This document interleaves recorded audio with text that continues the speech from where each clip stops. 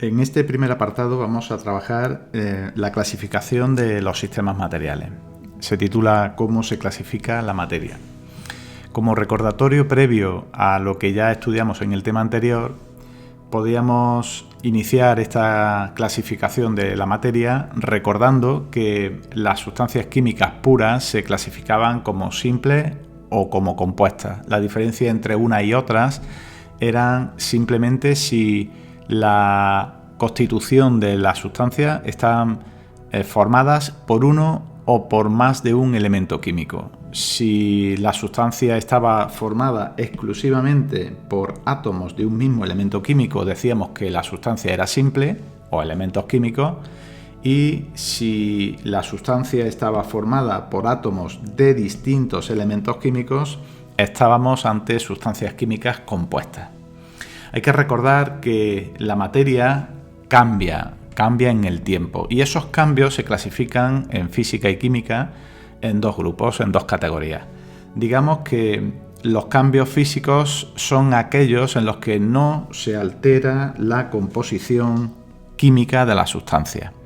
Ejemplos hay muchísimos, pero yo he destacado aquí los cambios de estado, los cambios de posición del sistema material o las deformaciones que puede sufrir un cuerpo, por ejemplo un muelle elástico.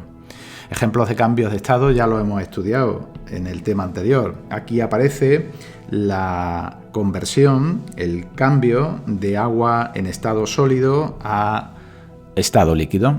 Y a esto, si recuerdas, se le llamaba fusión. Este y cualquier otro cambio de estado corresponde a un cambio físico.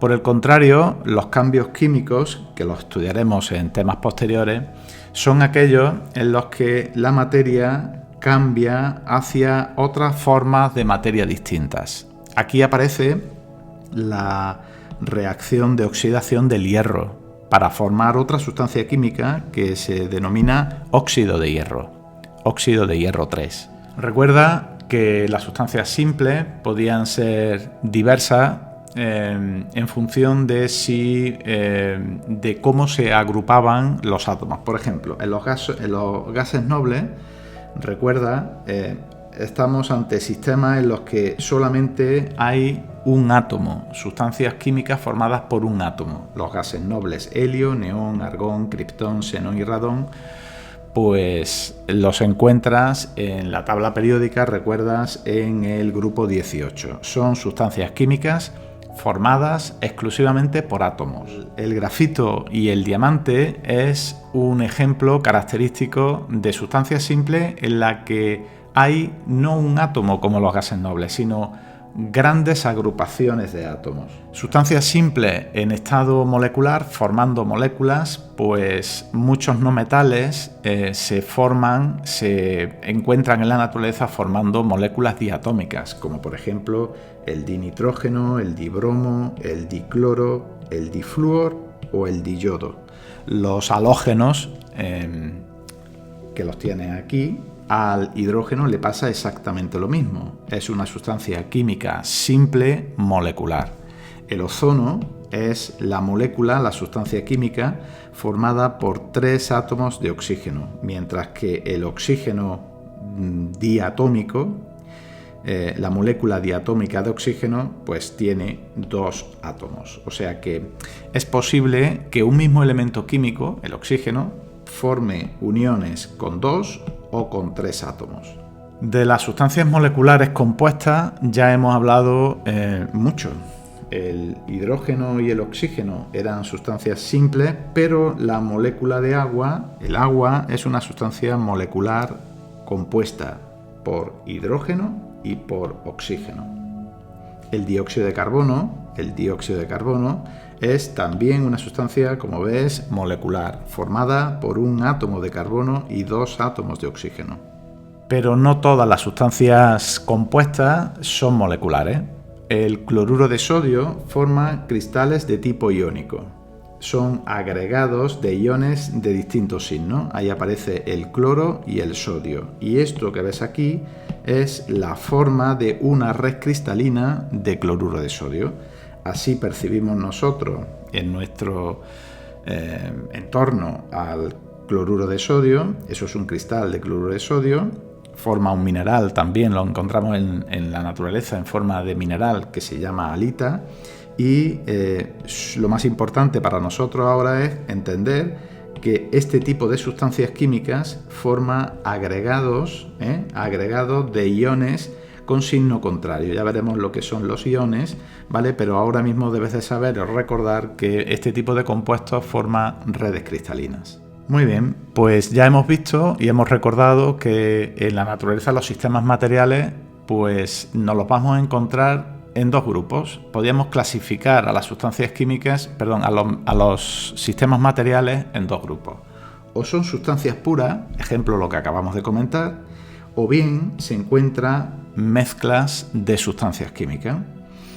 Las sustancias químicas que hemos visto anteriormente no pueden separarse en otras sustancias por procedimientos físicos. Hablaremos de esto un poquito más adelante en el tema y veremos que las mezclas sí se pueden separar por procesos físicos, por procedimientos físicos. Todas las sustancias químicas tienen una composición fija o constante. Ya lo comentamos también en el tema anterior. Por el contrario, las mezclas diremos que tenemos una mezcla cuando tenemos varias sustancias químicas. Pueden separarse, estas sí, en sustancias químicas por procedimientos físicos. Es decir, que cuando tengamos una mezcla podemos plantear un procedimiento para obtener las sustancias químicas que forman esa mezcla, de manera que separemos en porciones distintas a esas sustancias químicas que la forman. Las mezclas siempre serán de composición variable. Yo puedo mezclar, por ejemplo, agua con sal y formar muchas mezclas distintas de agua y sal, unas con más, otras con menos sal. Por lo tanto, la composición de las mezclas siempre serán de composición variable.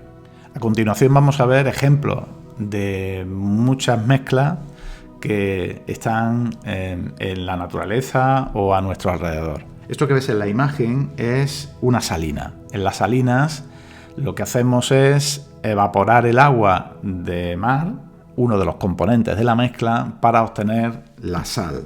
El agua de mar tiene una cantidad importante de sal. Como término medio, en término medio podemos decir que por cada litro de agua de mar hay 35 gramos de sal. Y recuerda, al evaporar uno de los componentes, el agua, nos va a cristalizar la sal. El agua mineral que compramos en el supermercado también es una mezcla. Es una mezcla homogénea, porque las mezclas se clasifican en homogéneas y en heterogéneas. Aquí veis información de la mineralización que tiene el agua mineral. Es decir, el agua el agua mineral mayoritariamente es agua, pero tiene un contenido variable de sales minerales, dependiendo de la marca, digamos, de agua mineral que compremos, el contenido será diferente. Normalmente en las etiquetas de las botellas siempre aparece el contenido, la composición de los minerales que podemos encontrar dentro del agua, dentro de la botella. Aparecerá siempre el calcio, el magnesio, el sodio, los bicarbonatos y también datos de conductividad, por ejemplo. Cuanto mayor conductividad, mayor contenido salino. Mayor contenido salino significa mayor cantidad de iones presentes en el agua mineral. Por lo tanto, recuerda, el agua mineral es una mezcla homogénea de sustancias químicas. A simple vista no se perciben los componentes de las mezclas homogéneas, pero en las mezclas heterogéneas sí se perciben. Aquí tienes una roca de granito. El granito es una roca formada por diferentes tipos de minerales. Diremos que, así en términos generales, que los minerales que forman el granito son el cuarzo, los feldespatos o el feldespato y la mica. Son minerales distintos que se perciben en la roca. Observa que en esta zona tengo más componente de tono negro, aquí hay más de tono blanco. Con esto te quiero decir que no es homogéneo. Las mezclas heterogéneas son los componentes se ven a simple vista y la composición de esa mezcla es distinta en función del trocito de mezcla que cojamos para analizar. Recuerda que en las mezclas homogéneas, y lo he dicho hace un momento, no se distinguen a simple vista los componentes de la mezcla. Sin embargo, en las mezclas heterogéneas sí se perciben. La composición de las mezclas homogéneas son idénticas en composición y en propiedades de la mezcla.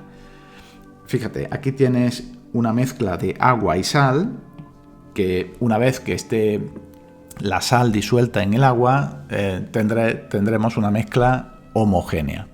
Si yo cojo una porción de la mezcla de agua y sal y la analizo, va a tener la misma composición y por lo tanto las mismas propiedades que cualquier otra porción de mezcla que coja. Sin embargo, en una mezcla heterogénea eso no ocurre. Si yo cojo este trocito de roca y este otro trocito, la composición va a ser distinta y por lo tanto las propiedades. Otro ejemplo de mezcla homogénea es el vino tinto. El vino tinto es una mezcla de sustancias químicas que yo he puesto aquí, algunas de ellas, evidentemente son, la lista es bastante más amplia, pero básicamente es una mezcla de agua y alcohol etílico.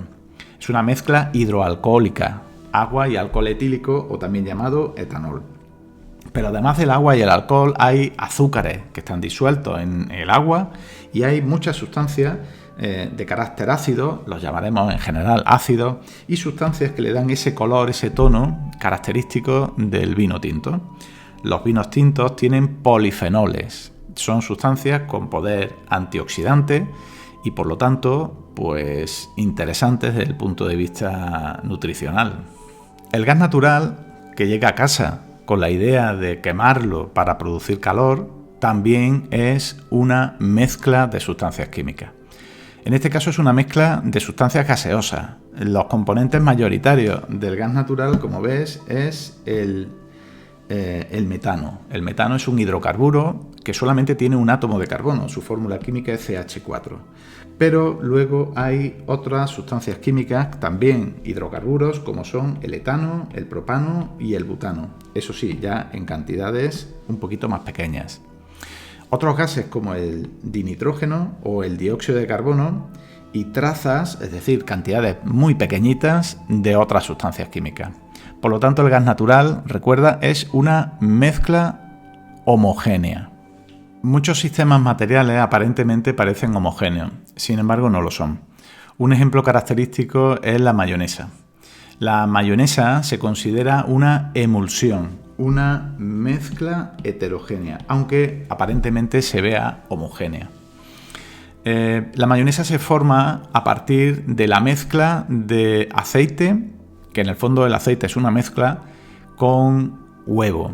La yema de huevo aporta lecitina, que es una sustancia que se denomina en general emulsionante.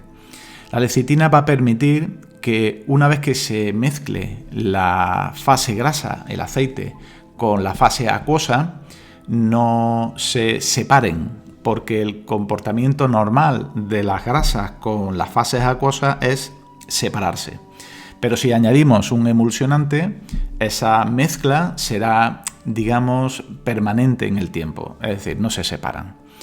A la fase grasa, al aceite y al huevo se le suele añadir una sustancia con carácter ácido, como por ejemplo el limón o el vinagre.